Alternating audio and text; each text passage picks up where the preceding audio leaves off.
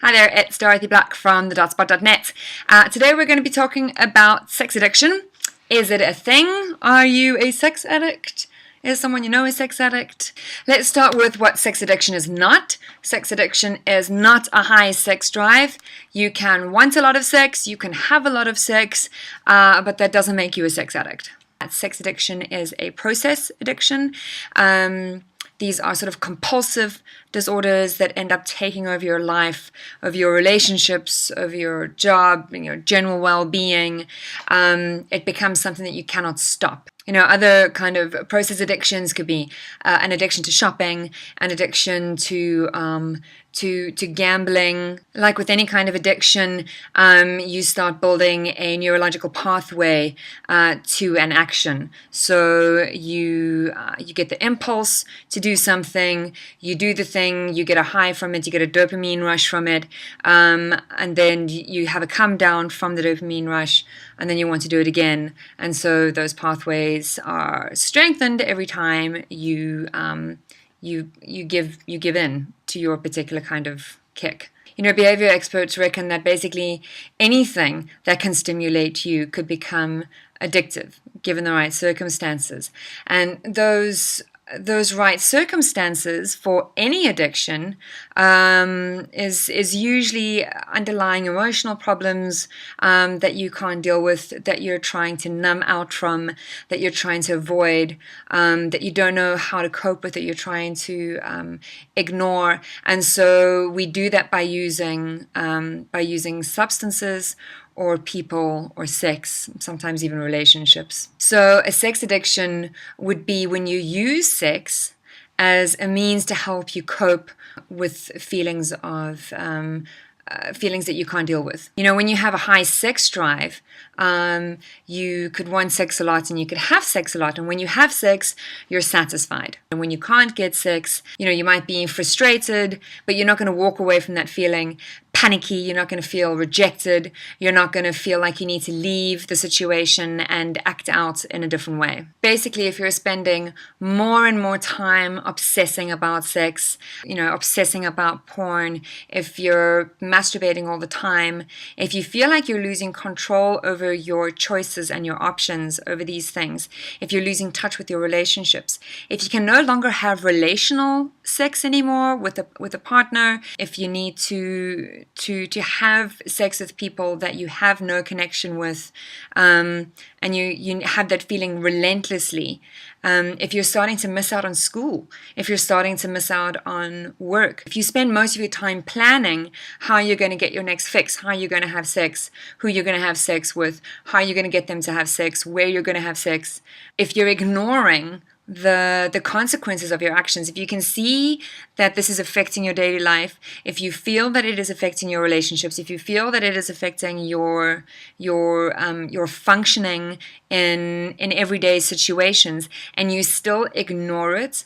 if you feel compelled, if there's a compulsion to keep carrying on with this behavior, then you might have a problem. The consequences of sex addiction can be pretty risky. Risky sex becomes riskier. Some people lose their jobs because they cannot focus on their work, because they spend too much time watching porn, because they cannot manage their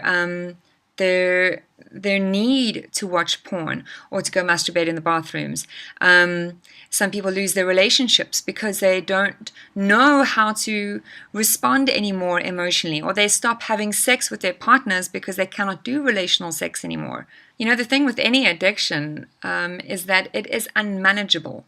You cannot manage it. You might think you can manage it. You might think you can manage it for a time. But ultimately, you have to give in to the compulsion of it. It doesn't mean that you have to do that forever. It just means that you will probably do that until you get help. And a healthy sex life between you and your partner is when there are no secrets, when you feel like you don't have to hide something from your partner. A healthy sex life is when you're not hurting anyone. And that includes not hurting yourself. You're not hurting yourself by putting yourself in risky situations. You're not hurting yourself by ignoring problems, the reality of your addiction in everyday life. And there's no guilt and shame around what you're doing.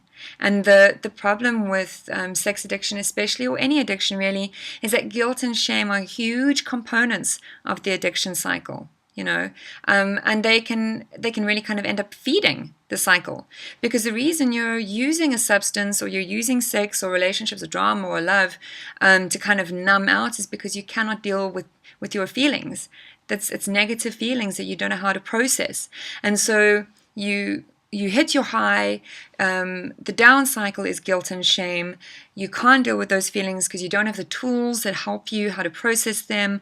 And so the way to feel better from that is to numb out from it, and then you slip back into your drug of choice. And in this case, it would be sex. So, I think when you're evaluating your attitude towards sex, the easiest thing to look at is how compulsive is it? What percentage of your time is being spent actively engaged with this aspect? What parts of your life are suffering because of your addiction? And I think a huge problem is that socially we think that men are the sex addicts. I think because we've been socialized to believe that like women don't like sex, and men, they're just crazy. They just want sex all the time. And I urge you to really understand the difference between a high sex drive and sex addiction, and that addiction is not gender specific, and that women can be can have compulsive sexual disorders. If you think you have a problem, you do not have to deal with it by yourself. There are therapists and support groups who deal specifically with sex and love addiction, and they're across South Africa. With these groups, you will find the care, support, and frankly, the understanding that you need, because most people don't really understand sex addiction. I think pop culture looks at sex addiction like it's a funny little thing.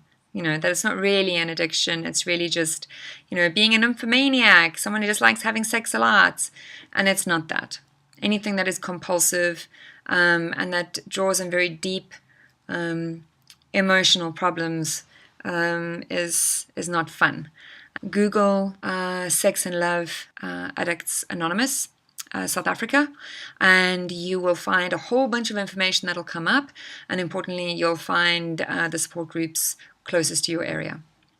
Get the help you need. You're not alone. This is not weird. It's no weirder than any other problem. And you don't have to do this for the rest of your life. It is possible to get better.